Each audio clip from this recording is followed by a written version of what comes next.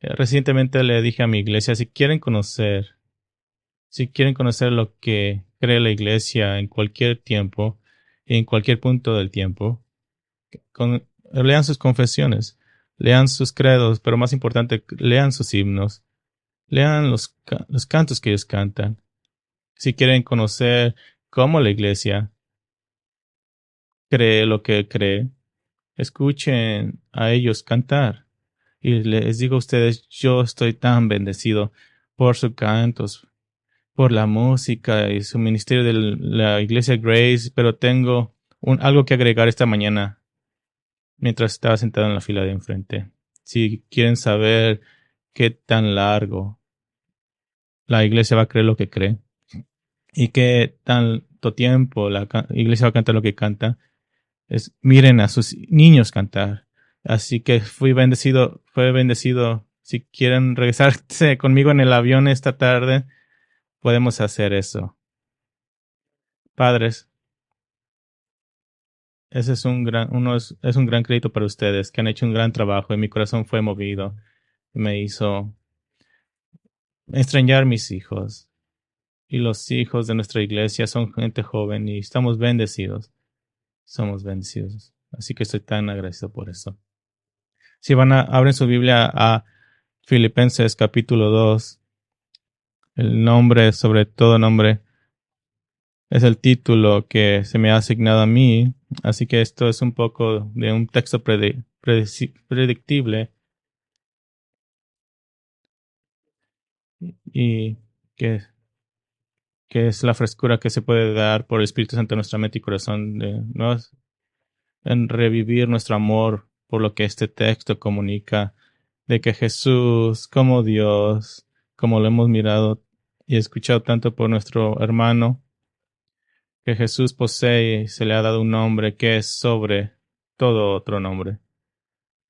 Me gustaría leer el principio del capítulo 2, así que miraremos el versículo 1 y luego miraremos el 2 al 9. Por tanto, si hay algún estímulo en Cristo, si hay algún consuelo de amor, si hay alguna comunión del Espíritu, si hay algún efecto y compasión entre esta iglesia, si existe esto, aún un poco de esto, hagan completo mi gozo, dice Pablo, siendo del mismo espíritu, conservando el mismo amor, unidos en espíritu, dedicados a un mismo propósito.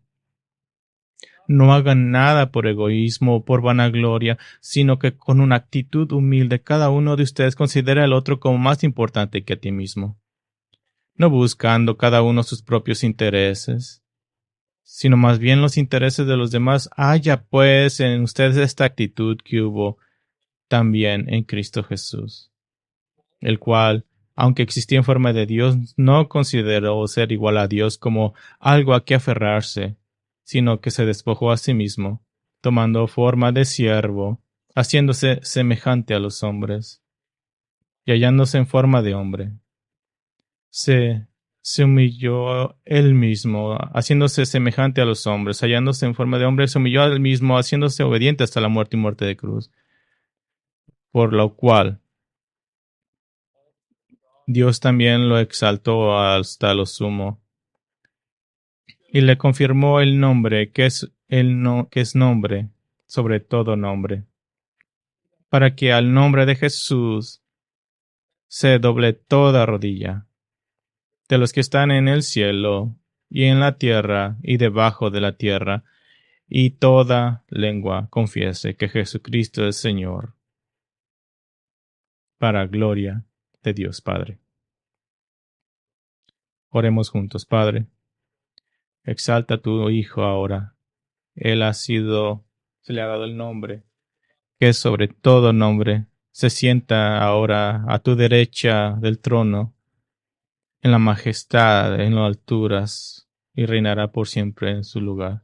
Pero Padre, por nuestra naturaleza caída, por como el escritor del himno, por nuestra propensidad a pecar, Señor, Ayúdanos a amar al Dios y pone en nosotros una visión. Quita esta suciedad de nuestro valle para que podamos mirar las glorias del nombre que es sobre todo nombre esta mañana. Exalta a Cristo. Oramos a través de la predicación de tu palabra, que Cristo sea puesto como exaltado en nuestros pensamientos. Pedimos todo esto debido a su precioso nombre. Amén. Como dice el lenguaje, vivimos en la era de los superlativos sobreusados. Todo es. Y si tienes gente pequeña, joven, en sus casas, saben esto que es verdad, especialmente con ellos, todo es un superlativo. Todo es épico. Es una de las palabras de mis hijos de 18 y 16 años. Épico. Es impresionante. Una de las palabras que nos hemos cansado de escuchar es sin precedentes. Extraordinario. Y una de mis favoritas es literalmente. Pocas, sí, de las cosas modificadas por estos superlativos en realidad están a la altura de la factura. No son tan épicas como decimos. Y en un sentido técnico ni siquiera son tan asombrosas. Así que de modo que hemos llegado al punto de la saturación en nuestros medios, ya sea que ha sido un predicador o no, hay un libro que les recomiendo que trata con nuestra falta de habilidad de comunicar efectivamente en ese libro y este uso de superlativos nos ha llevado a un punto de saturación donde han perdido su significado, ¿acaso no? Palabras han sido tan usadas como épico y asombroso y así que tienden a perder su lustre. Ya no hacen mucho para nosotros, como un escritor contemporáneo ha dicho, escribió. Además, el uso excesivo de los superlativos en última instancia socavará su credibilidad y debilitará tu voz. Y es verdad en el mundo y en la cultura, pero también les digo donde no es verdad, un lugar donde no es verdad. En el cristiano que adora a Cristo cuando trata de describirlo. Tenemos el problema opuesto como creyentes cuando apuntamos al punto central para nosotros, el punto de foco nos desafía a encontrar un superlativo. Encuentra un superlativo suficientemente fuerte para describir a Dios. Encuentra un superlativo suficiente tan profundo para explicar a Dios. Trata de encontrar un superlativo suficientemente que traerá a otros a la alabanza a Dios. Encuentra un superlativo que el tiempo y nunca lo erosionará. Es imposible encontrarlo, ¿acaso no? Porque Él es Dios de Dios, glorioso en todos los sentidos. Así que en poco describe a Dios.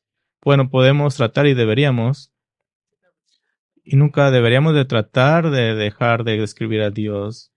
Es para eso que están los credos, pero jamás, hermanos y hermanas, jamás podremos llegar al final, al fondo de poder explicar a Dios, de exaltar a Dios adecuadamente para que sea consistente con lo que Él es y quién es Él.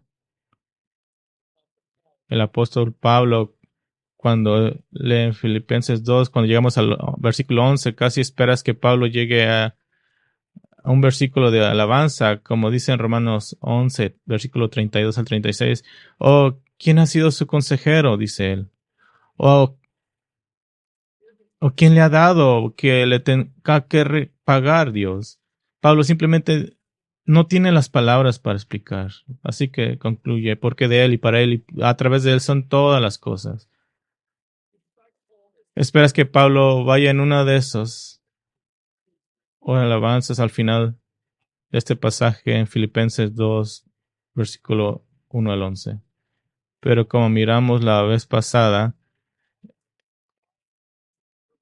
es el tratar de buscar los superlativos, las palabras para adorar a Dios. Y ha notado que en la escritura es tan fascinante, un fenómeno fascinante. Cuando los superlativos fallan, vamos a los exponenciales. Así que no decimos Dios es santo, decimos que Él es santo, santo, santo. No simplemente decimos que Él es digno, y lo es. Pero decimos, como en los santos en Revelación, santo es el Cordero, santo es el Cordero. Cuando los superlativos fallan, los exponenciales tratan. Y donde los exponenciales fallan, el amor por nuestro amor y la adoración de nuestro Salvador. Simplemente estamos sobrecogidos, así como Andrew, el apóstol, simplemente tratamos de buscar más voces que nos acompañen. Bueno, no puedo encontrar las palabras suficientes, ¿no? Y cuando no las encuentro, simplemente trato de encontrar más personas que me acompañen en coro para exaltar el nombre precioso que es sobre todo nombre. De modo que Pablo hace eco aquí en Apocalipsis, que toda rodilla de los que están en el cielo, en la tierra y debajo de la tierra, eso suena muy familiar, ¿acaso no? Más voces tratando por toda la eternidad, tratando de describir lo que nuestro corazón quiere describir. El nombre, sobre todo el nombre, nosotros lo llamamos adoración. Pero aún las palabras suenan débiles. Cuando miramos a la persona de Cristo Jesús, ¿acaso no la palabra adoración suena un poco corta? Ni siquiera es suficiente. Es una palabra hermosa, es una palabra magnífica, una palabra gloriosa, pero ¿acaso es suficiente para describir el nombre que literalmente está sobre todo nombre? Es un, es un trabajo gozoso, pero imposible de el describirlo. Él es sobre todo nombre. Todo nombre, Pablo dice, todo nombre. No se le compara, no tiene rival, es excepcional y otra vez en nuestro pobre attempt a tratar de describir su nombre. Y mientras llegamos al versículo 9-11 en Filipenses 2, encontramos a nosotros mismos operando en el contexto más grande de este pasaje. Este es el fin de los pensamientos de Pablo. Pero quiero que noten algo. Y esto simplemente en forma de aplicación. Quiero que noten cómo el apóstol Pablo empieza en el versículo 2. Su exhortación no es necesariamente en el principio enfocada en la adoración de Cristo. En realidad tiene que ver más con nada con su relación con unos con nosotros. ¿Acaso hay ahí entre ustedes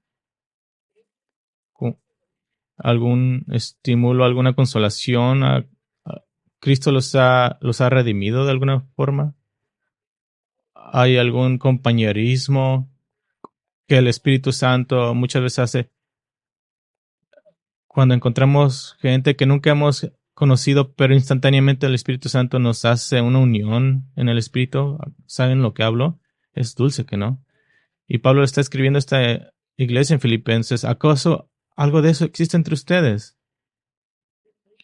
Bueno, hagan mi gozo completo.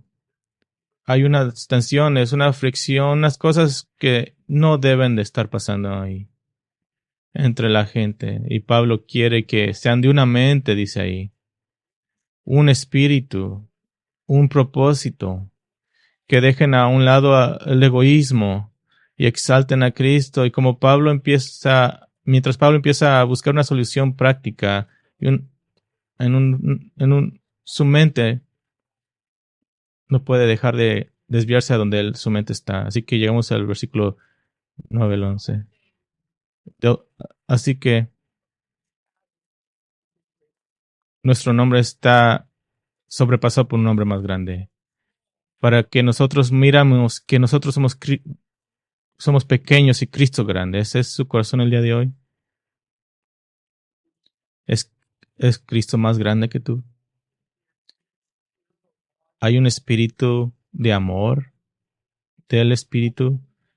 ¿Son ustedes de una misma mente? Tal vez no haya verdad. Bueno, la solución es reducir nuestro nombre y exaltar el nombre que es sobre todo nombre. Pero Dios en su bondad no simplemente nos deja ahí en un tipo moralista, una forma moralista, legalista de decir, bueno, simplemente levantemos el nombre de Cristo. Aquí están las palabras que debo decir, aquí están las acciones que debo de hacer. No, Dios nos da razones por las que Cristo es el nombre sobre todo nombre para que nos afecte en un punto más profundo. Quiero que miren esto. Dos cosas. Primero uno, en versículos 9 al 11. Por Jesús es nombre sobre todo nombre porque nadie ha vivido como Cristo. Nadie ha vivido como Jesús, como Cristo. Porque Cristo es el superlativo de todos los superlativos, porque nadie más ha vivido como Cristo. La noche pasada miramos de Juan 17 la exhibición de la deidad de Cristo. En Juan 6:38 Jesús emite una declaración notable en cuanto a su exclusividad. Él dice, no he venido del cielo no para hacer mi propia voluntad, pero la voluntad de aquel que me envió. Piensen en las palabras de Jesús, he venido del cielo. ¿Has venido de dónde? ¿Aquí? ¿Para qué? He venido de un lugar de gloria infinita y adoración. He dejado atrás todo eso para venir aquí, a esta tierra,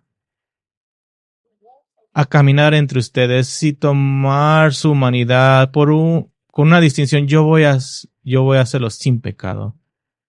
Algo que ustedes no tienen la noción de cómo incluso hacerlo, aun si quisieran hacerlo.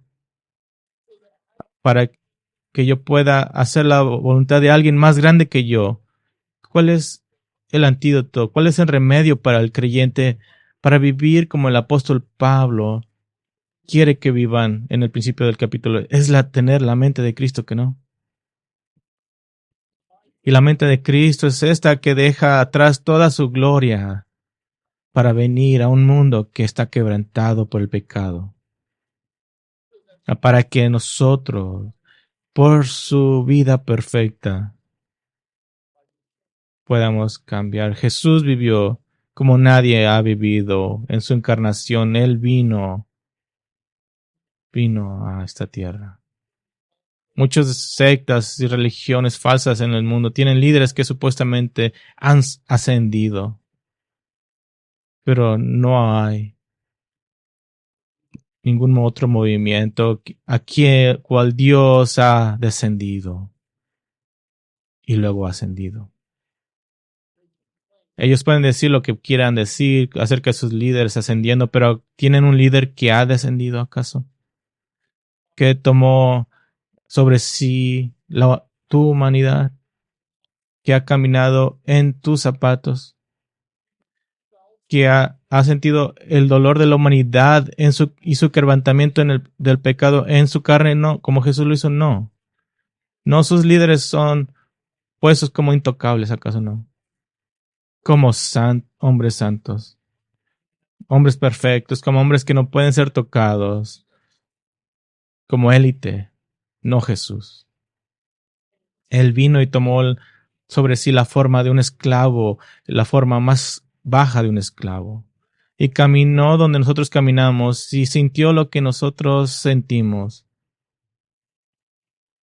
Él sabe el quebrantamiento de la condición humana y aún así sin pecado. Porque Cristo tiene un nombre que es sobre todo un nombre porque nadie más ha vivido como Él. Nadie ha dicho que es el Dios eterno en gloria y ha tomado la forma de humanidad. Escuchen, hermanos y hermanas, para nosotros eso luce como de emoción. Y algunos incluso han creado una creencia de la quinosis, que Cristo se vació de su deidad y se convirtió en humano. No, no es nada de eso. Para nosotros parece una democión, pero en Cristo, al asimilar tu humanidad, es una promoción. Porque no solamente Él es Dios, Dios desde la eternidad, y, y se le debe toda la adoración. Ahora Él ha tomado un nombre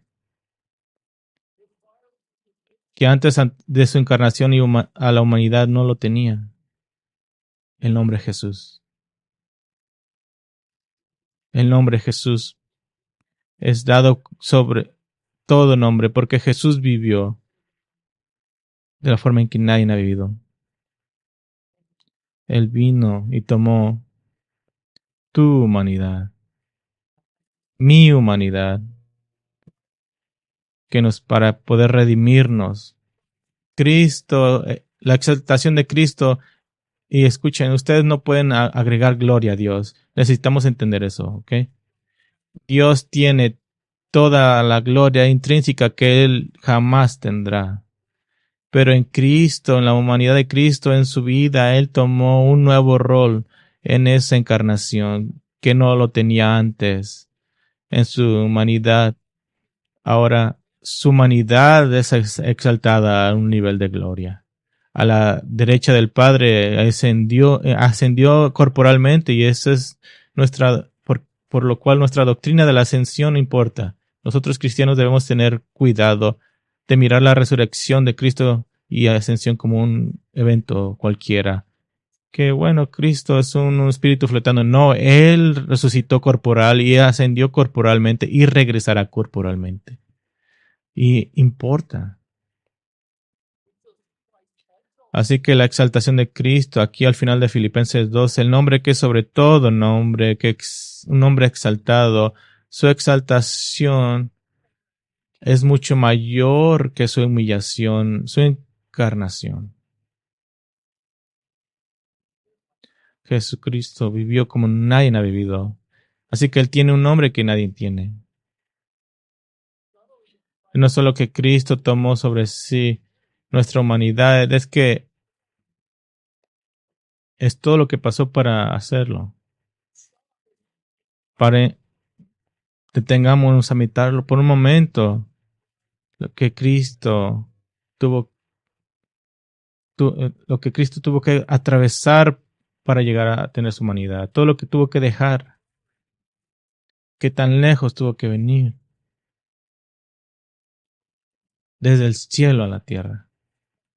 De una santidad perfecta, sin ninguna mancha de pecado, a un mundo manchado del pecado y quebrantado por el pecado. Cada dolor que hemos sentido, y muchas veces no lo pensamos, pero es la realidad. Cada dolor que sentimos, cada enfermedad que pasamos, todo en este mundo ocurre por el pecado.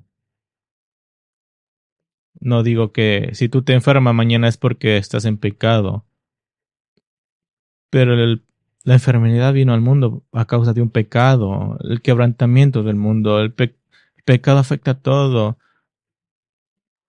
Tal vez no sea por algo que tú has hecho, pero alguien no ha pecado.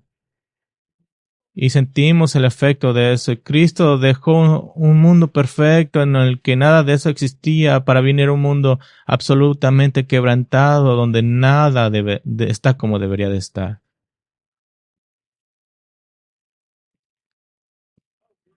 Cuando nuestra adoración de Cristo es su gloria, el nombre sobre todo nombre, Cuando consideramos humanidad y falta el poder que nos hace falta para explicar lo que Dios ha hecho al cruzar esto. Simplemente nos lleva al Salmo 50:21. Y este es el problema cuando pensamos en lo que la deidad y la humanidad, ambos combinados. Es una condenación de Salmo 50:21 que nos hace débiles en este punto. ¿Pensaste, dice Salmo 50:21, que yo era como tú? Jesús se ha convertido en algo común, algo que se espera. Como Nathan decía unos momentos atrás, que e- ese misticismo de Jesús ya no tiene sentido, ya no es gran cosa. Jesús es un hombre. ¿Cuál es cuál es la gran cosa? La gran cosa es lo que él dejó y de dónde fue. Ese, ese puente que nadie ha cruzado. Él es Dios, Dios encarnado. Él no es simplemente un hombre, él es el Dios hombre. Deidad verdadera, humanidad verdadera, dos naturalezas, una persona. Un milagro de todos los milagros. ¿Cómo describes eso? Así que hermanos y hermanas, nunca debemos de dejar nuestro sentido superlativo de eso. Jesús vivió como nadie vivió. Él es y solamente Él es el que podía de descender. ¡Qué milagro! Aquel que es eternamente del Padre, no creado, se convirtió en nuestro hermano en la carne, que eso se profundice en su mente. Jesucristo se convirtió en nuestro hermano. Una de los pasajes más sorprendentes de la Escritura en los últimos 15 años, que que está en mi mente constantemente repitiéndose y estoy forzado a veces a simplemente preguntarme el por qué. ¿Por qué? Es Hebreos 2, versículo 9 al 11. Aquí están las palabras y piensen en lo que el escritor de Hebreos dice, pero vemos a aquel quien fue hecho un poco inferior a los ángeles, es decir, a Jesús, coronado de gloria y honor por causa del padecimiento de la muerte, para que por la gracia de Dios probara la muerte por todos. Y eso pasó porque Jesús vivió y vino cuando nadie podía. Porque convenía que aquel, o no sé cómo siquiera explicar eso, expresarlo, era conveniente que Él es Dios. Él es Dios. No tenía ninguna obligación para con nosotros. Y la escritura habla de que era conveniente que aquel para quien son todas las cosas, o sea que todas las cosas existen por Jesús, y por quien son todas las cosas fueron hechas por Él, y nada de lo que ha sido hecho existe a menos que lo haya hecho, ¿a que no? Dice, llevando muchos hijos a la gloria. Jesús, ¿por qué lo hiciste? Para llevarnos a ti y a mí a la gloria. Él vino y vivió como nadie vivió para llevarnos a nosotros a donde Él está ahora. Habiendo descendido, Él nos haga que nos levantemos con Él. Dice el autor de la salvación por el sufrimiento, Jesús vino y fue perfeccionado, equipado en otras palabras, para hacer su oficio como redentor al sufrir.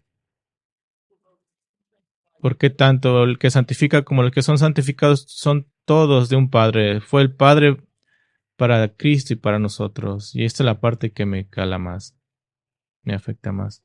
Por lo cual,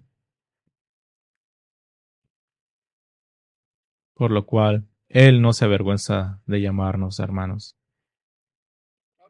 No solamente Jesucristo vino de una forma que nadie vino y nadie ha hecho, sino que Cristo vino y Él siente la aflicción de nuestro pecado. Él sufrió de unas formas indescriptibles, cargando el pecado del mundo en sus hombros, enfrentando la tentación como nunca de nosotros ha enfrentado, aún sin pecado. Y si soy Jesús, y yo diría, ustedes pecaron una vez, ya me cansé de ustedes, pero eso no es lo que él dice. No solamente hace estas cosas, pero pone su mano alrededor de nosotros, nos llama sus hermanos.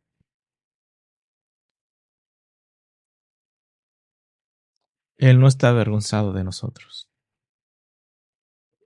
Y no es simplemente ante los hombres que él no se avergüenza de llamarnos nuestros hermanos, pero está enfrente de su propio Padre que no se avergüenza.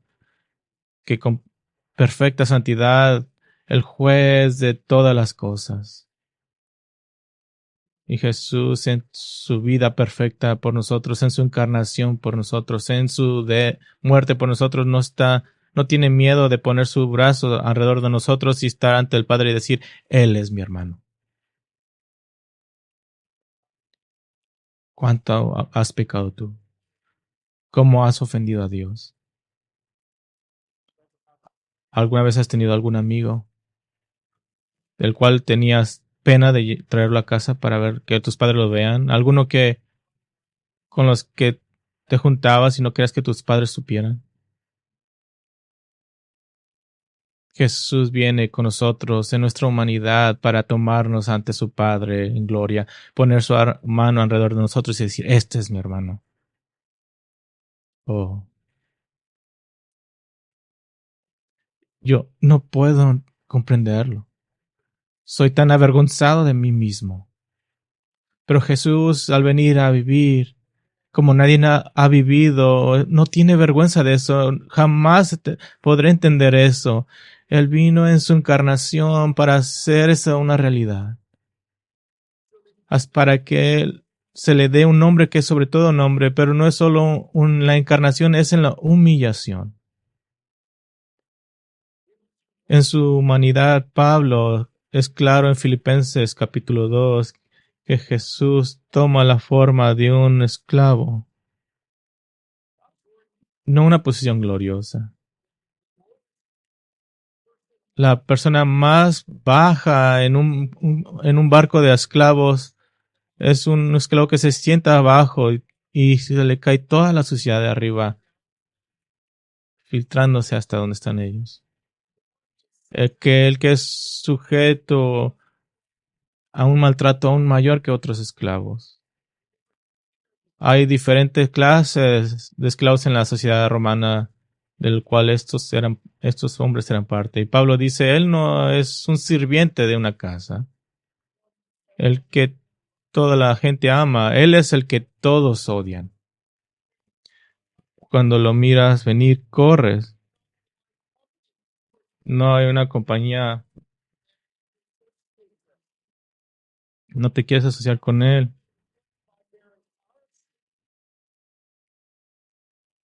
Jesús,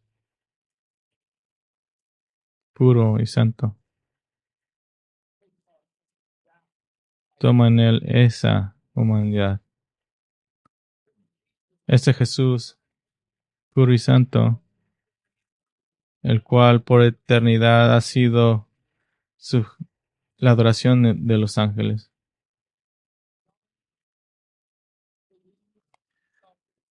no creyendo en igualdad como de algo es ser, lo deja para tomar la forma más humillante. Él se convirtió en un siervo para nosotros, en nuestro pecado.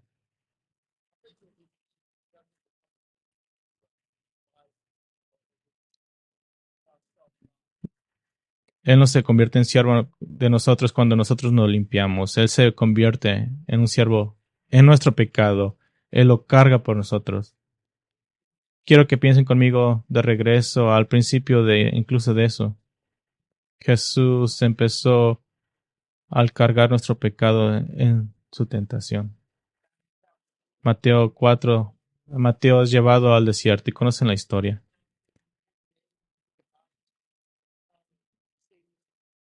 Por 40 días no comió y se encuentra a Satanás. Y están en el desierto de Judea y Jesús se encuentra su archienemigo. Tenemos santidad suprema encontrándose con la depravación suprema. Oh, decimos, Jesús fue tentado. ¿Entiende acaso usted el conflicto en ese encuentro? Absoluta santidad, perfección absoluta, encontrándose con la depravación absoluta. No sé, hay algo peor que eso. No hay algo más opuesto que eso. Y como dije la vez pasada de Habacuc 1:13, dice, muy limpios son tus ojos para mirar el mal y no puedes contemplar la opresión. Y esas dos cosas se encontraron en el desierto. No porque Jesús tenía, sino porque Jesús escogió hacerlo. Y enfrentó la tentación y el diablo al cual él creó, ahora se convierte en su inquisidor. Sabemos cómo es tener un subordinado en el militar, en el trabajo, incluso nuestros hijos, que nos responda. Y nuestra respuesta es, ¿quién te crees que tú eres? Aquí está el diablo que Dios creó, que Jesús creó, y y ahora se convierte en el inquisidor de Cristo. Se convierte en el tentador de Cristo, en el acusador de Jesús. ¿Quién crees que tú eres? Jesús, en todo su poder, lo podría haber destruido ahí mismo, pero lo está aguardando porque lo va a hacer. Él se somete a pasar por este tipo de humillación, donde su propia creación le responde en su cara con toda la rebelión contra su padre, moviéndolo a rebelarse contra su padre. ¿Cuál Salvador superlativo que se sometiera él mismo a eso y aún en eso jamás pecó? Jamás dejó, jamás fue tentado por el pecado. Y lo hizo por nosotros. Lo hizo por nosotros. Y como el credo dice, por nosotros y por nuestra salvación bajo del cielo. Y wow, cómo es que descendió.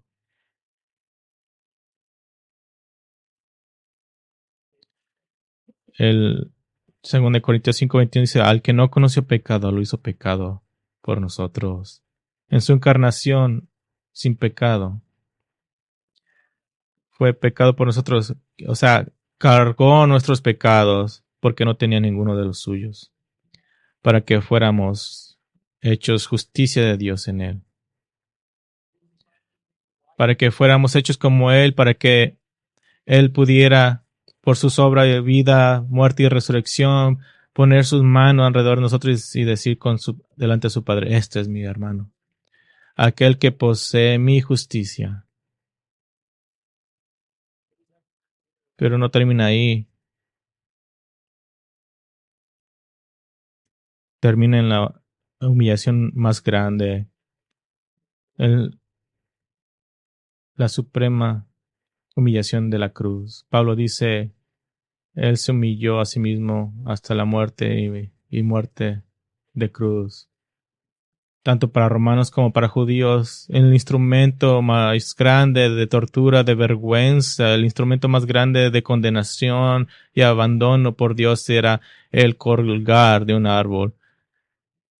Dice, maldito el que es colgado de un árbol. Y aquí está Jesús suspendido entre el cielo y la tierra, colgado de un árbol, cargando la vergüenza, no solamente la ira de Dios estaba sobre Jesús porque es tu pecado, el es tu pecado, el pecado que estaba siendo castigado en Cristo. Era como un misil bajando para destruir tu pecado. Pero la maldición del mundo también estaba sobre él. Mientras los judíos decían, él no es el Hijo de Dios, él está maldito, está colgado de un árbol, como dice nuestra ley. Los romanos se reían de él, gritando, oh rey de los judíos, baja de ahí si eres tú. Oh triunfador, el que cuelga de tan humillación y degradación. Isaías 53:4 dice, ciertamente Él llevó nuestras enfermedades y cargó con nuestros dolores, con todo nosotros lo tuvimos por azotado, por herido de Dios y afligido, maldito de Dios. Todo esto para obtener el nombre que es sobre todo nombre. Porque nadie más ha venido y nadie más ha sufrido como Cristo lo ha hecho. Jesús vino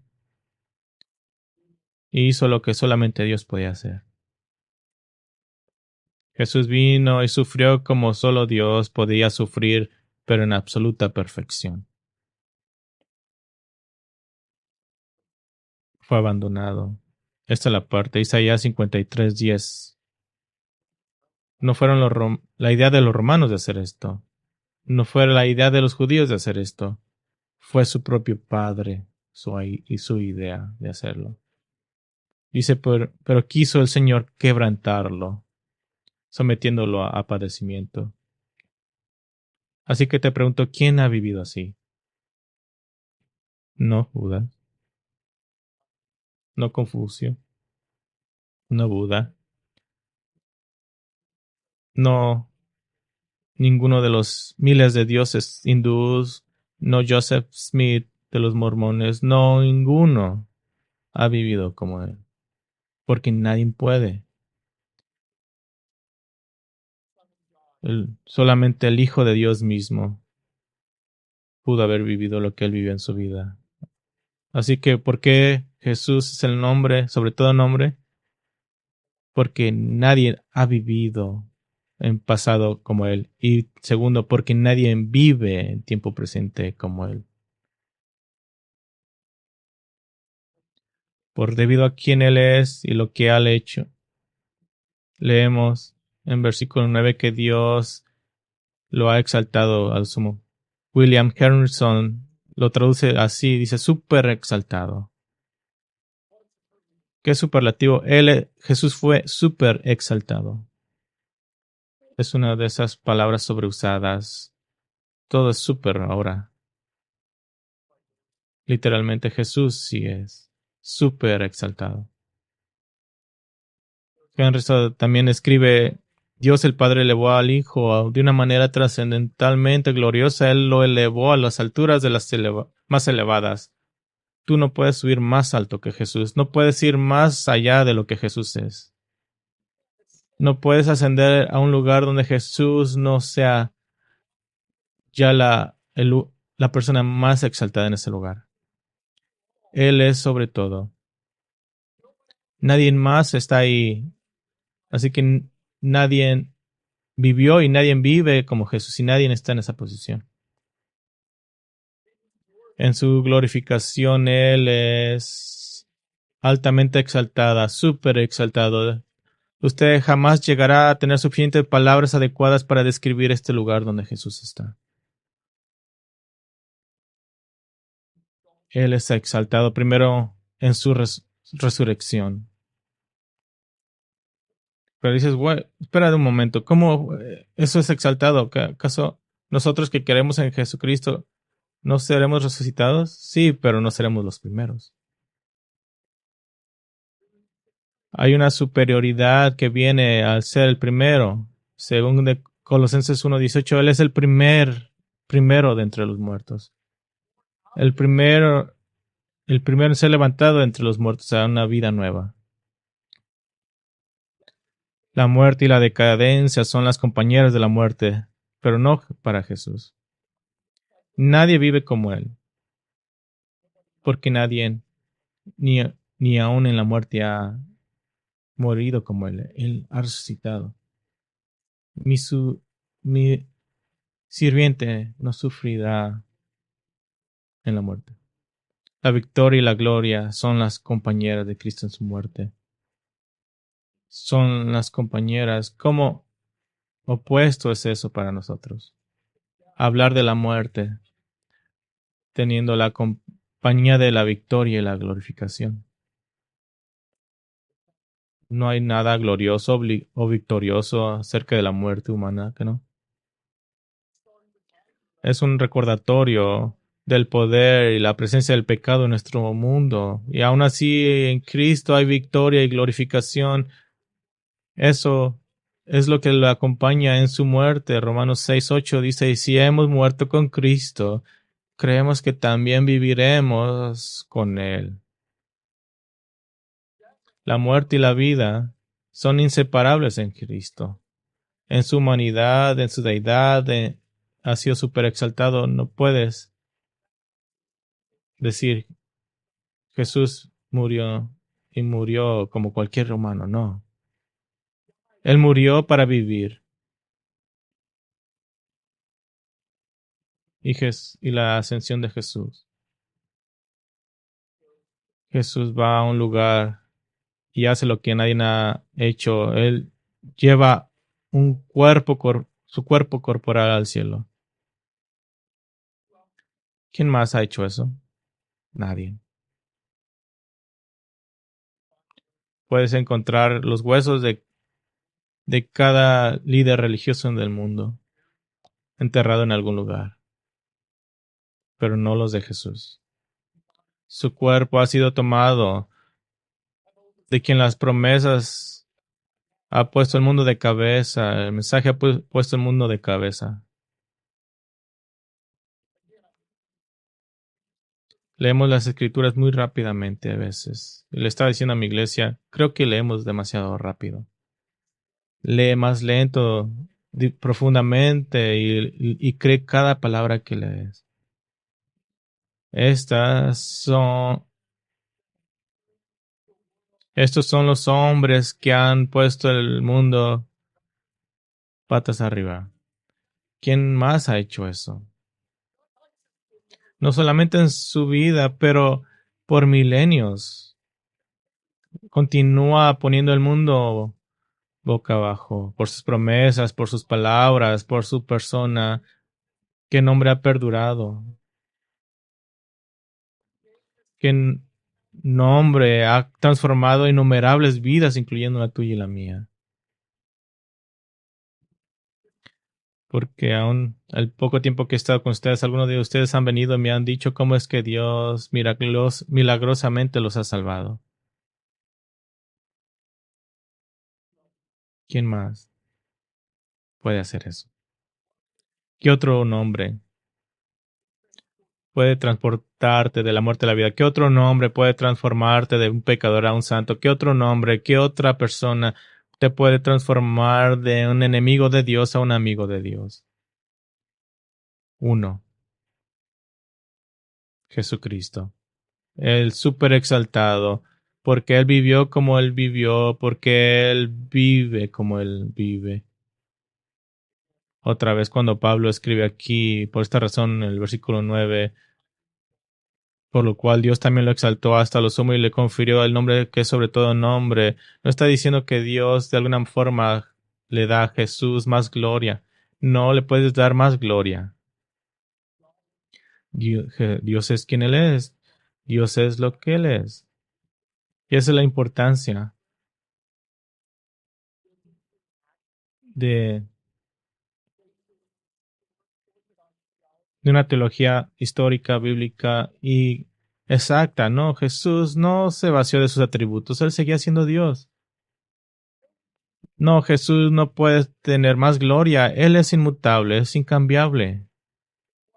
Pero lo que sí pasa es que en su humanidad otra vez se une con su divinidad y se une en esa glorificación. Y eso es lo que Pablo está hablando aquí en versículo 9. Él le ha dado el nombre que es sobre todo nombre. ¿Cuál es ese nombre? Versículo 10. Porque el nombre de Jesús, esa es una indicación de su humanidad. Ese es su nombre humano. Ese es el nombre dado por él, por sus padres. En su humanidad,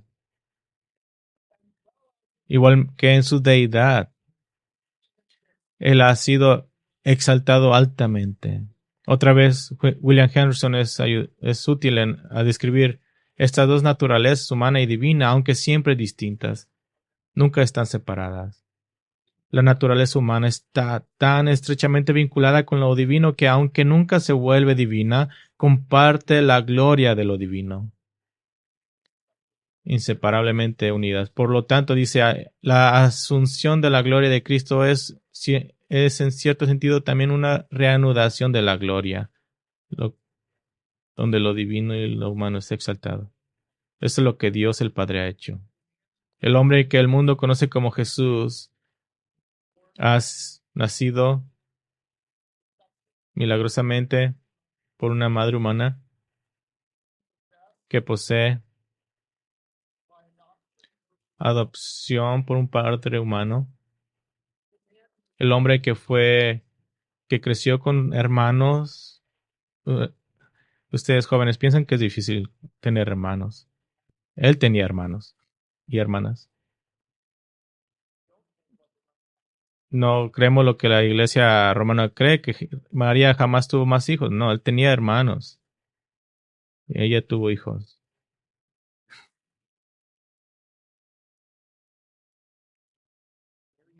María tuvo otros hijos. Jesús creció con hermanos y creció con era un carpintero. Jesús tenía relaciones humanas con hombres que aún lo negarían y todo lo que corresponde a las experiencias humanas Jesús lo tuvo. Él tenía sed, tenía hambre, dormía, lloraba. Y en todo esto sin pecar. Para que Él, aún en su humanidad, pudiera ser exaltada. Junto con su deidad.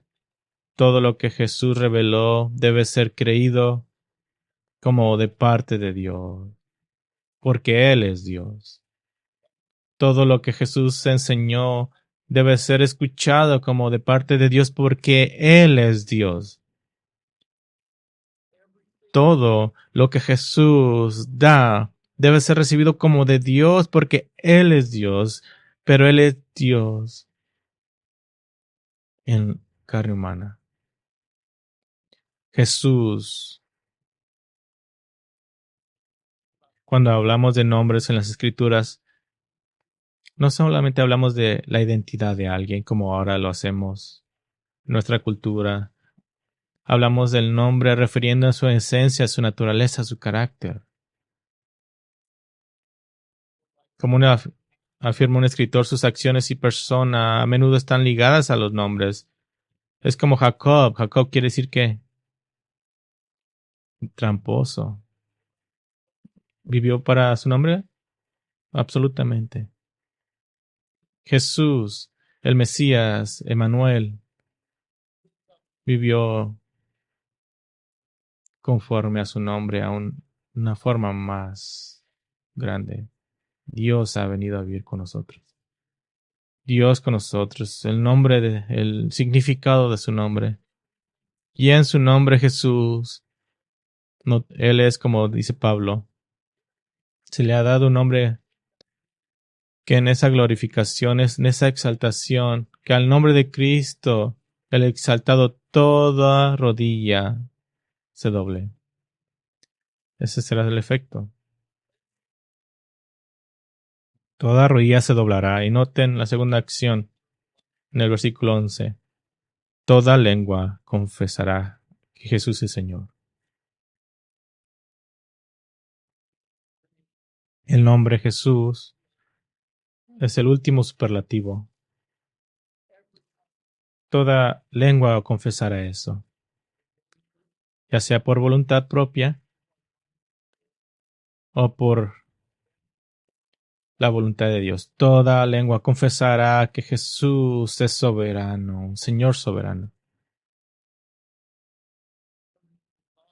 La eternidad no será suficiente para describirlo suficientemente.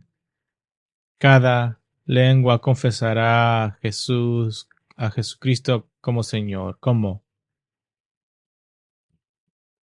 para la gloria de Dios Padre. Eso regresa a Juan 17. Glorifícame a mí para que el Hijo también te glorifique. Dios glorifica a su Hijo al darle el nombre que es sobre todo nombre, para que al nombre de Cristo toda rodilla se doble y de los que están en el cielo, la tierra y debajo de la tierra, y que toda lengua confiese que Jesucristo es Señor soberano, para la gloria de Dios el Padre. No solamente Jesús ha derrotado nuestro pecado, también nos ha excedido en la humanidad, y de eso se trata, de todo. Lo que Adán no pudo hacer, Jesús lo hizo. En Jesús aún más, porque Jesús no solamente vivió como Adán debió de vivir en nuestro lugar, Jesús derrotó el pecado que fue introducido donde la justicia debía reinar, y por causa de esto Él tiene un derecho divino sobre todo, para ser el nombre que es sobre todo nombre. Una vida perfecta, eterna, revelada en tiempo, recibida en gloria, teniendo esta confianza de que Dios ha hablado en su Hijo, por quien está complacido, le ha dado un nombre, sobre todo nombre, para que nosotros podamos confiar en ese nombre, porque no hay otro nombre. No otro nombre puede vivir la vida perfecta, morir la muerte perfecta que para pagar por tus pecados y ser exaltado y aceptado por el Padre en esta forma. El contraste es sorprendente, ¿acaso no? Aquel que descendió tan bajo en su encarnación y humillación ahora es elevado a la más alta glorificación, una vez despreciado, ahora glorificado, una vez negado, ahora confesado por todos. Dios, en su plan determinado, ha cumplido su promesa de redimir su gente en y por su Hijo exaltado. Y si puede ir a los días de la iglesia primitiva, si puede llegar a los días de Hechos, ¿acaso no sería algo sorprendente el escuchar a los apóstoles predicar?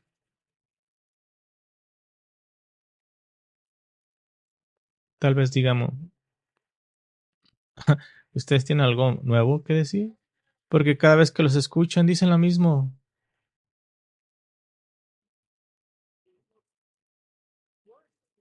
Us- Ustedes son peores que los evangelistas que itinerantes, porque ellos tienen 7 trajes y 7 sermones, pero ustedes tienen uno. Y es el único que tenía Pedro en Pentecostal. Es el mismo que predica en Hechos 4. Y es la exaltación de Cristo.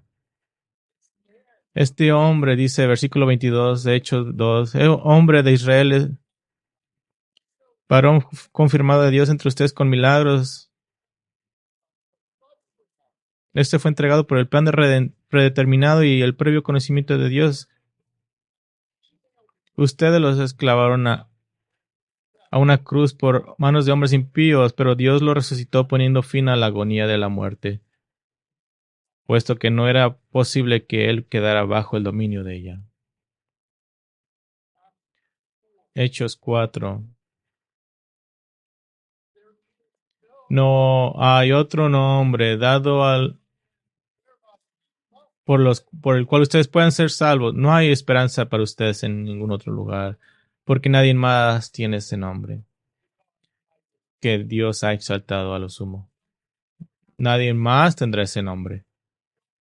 No esperen por una mejor opción.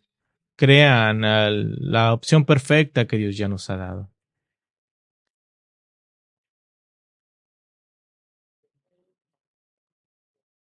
Mi siervo prosperará, dice Isaías 52:13. Será enaltecido, levantado en gran manera, exaltado. Dios tiene un plan, aún después de que se quiso quebrantarlo. Dice Él, yo lo exaltaré. Yo sé lo que estoy haciendo. Así que en un sentido, Filipenses 2:9 al 11 es el te lo dije de Dios, hablando acerca de Isaías 52:13. Les dije eso, ahora lo he hecho. Y le he dado un nombre que es sobre todo nombre.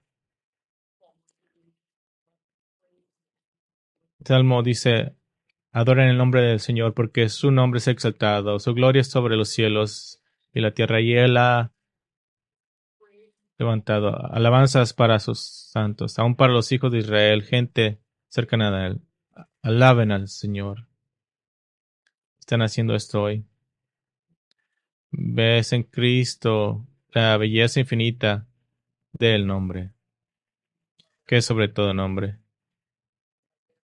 Isaías 45:23 dice, por mí mismo he jurado, ha salido de mi boca en justicia una palabra que no será revocada, que ante mí se doblará toda rodilla y toda lengua jurará lealtad.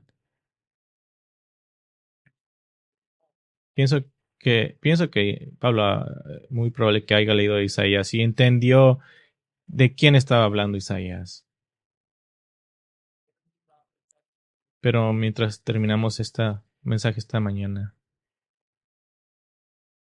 quiero hacerte una pregunta. Oro que quebrante tu corazón y tu conciencia. Pero, ¿qué es la deidad sin nuestra devoción? ¿Qué es la deidad de Cristo sin nuestra devoción? Hay solamente dos formas de responder. La número uno es sin devoción, sin doblar tu rodilla, sin confesar con tu lengua. Su deidad significa para ti juicio. Si ves, Dios no lo deja abierto al ser neutral. Oro que ninguno de ustedes aquí esta mañana escuchando esto digan, bueno, no importa, para mí no es tan importante, puedo tomarlo o dejarlo. No, no puedes.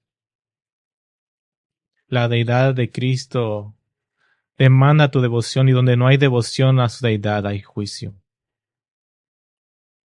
Tú vas a pagar por tus pecados y vas a pagar por el rechazo que has elegido esta mañana. Dios no va a tomar sin castigo a aquel que rechace por lo que pasó Cristo. No tenemos excusa. Él es el nombre. Ninguna prueba más se necesita dar. Él es el nombre. Y Él ha sido exaltado y la demanda ha salido y la demanda es de que tú tienes que doblar tu rodilla y confesar que Jesucristo es Señor para la gloria de Dios Padre o el juicio.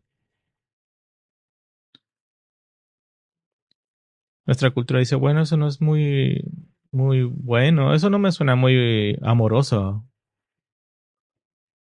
Pero ¿quiénes somos nosotros para decirle a Dios qué es ser amoroso? ¿Quiénes somos nosotros para quejarnos contra Dios? Nosotros somos los pecadores. Nosotros somos la creación que se rebeló, no tenemos excusa. Debemos doblar nuestras rodillas. ¿Qué es la deidad sin nuestra devoción? Puede ser juicio. Pero aquí está la mejor opción, la mejor acción que puedes tener. Cree en el Señor Jesucristo y sé salvo.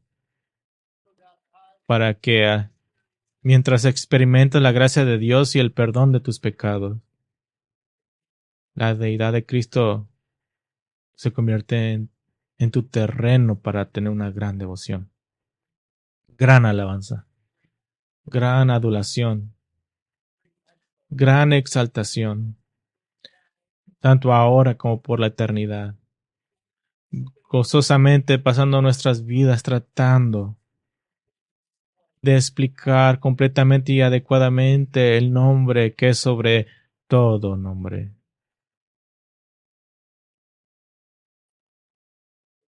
Que Dios por su gracia encienda devoción a ese nombre en todos nosotros, para que por todas las generaciones y por toda la eternidad el gran nombre de Cristo sea altamente exaltado en nuestras vidas.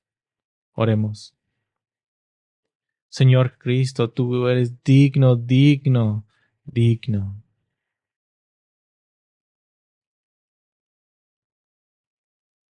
Y aún así, eso parece tan lejos de donde queremos estar, exaltando lo que tú significas para nosotros como nuestro Salvador, nuestro Rey, nuestro Señor, digno de lo más alta alabanza, la más alabanza más correcta. Tú tienes ese nombre que no tiene nadie más y confesamos este día que no hay otro nombre. Que nuestros corazones estén llenos con maravilla y alabanza por aquel. Y Padre, oro que en mi vida y en la vida de cada uno que están aquí escuchando este mensaje esta mañana, que nuestras vidas estén comprometidas mientras dejamos este lugar, en seguir una devoción mayor a ese nombre, en seguir a nuestro Salvador y Señor Jesucristo tanto en vida como en muerte, y que Jesucristo seas exaltado en todo lo que hagas en nuestros corazones a través de esta tu palabra, porque no buscamos otra gloria que la tuya. Y es en tu nombre preciado, Jesucristo de Nazaret, Rey de Reyes y Señor de Señores, que oramos. Amén.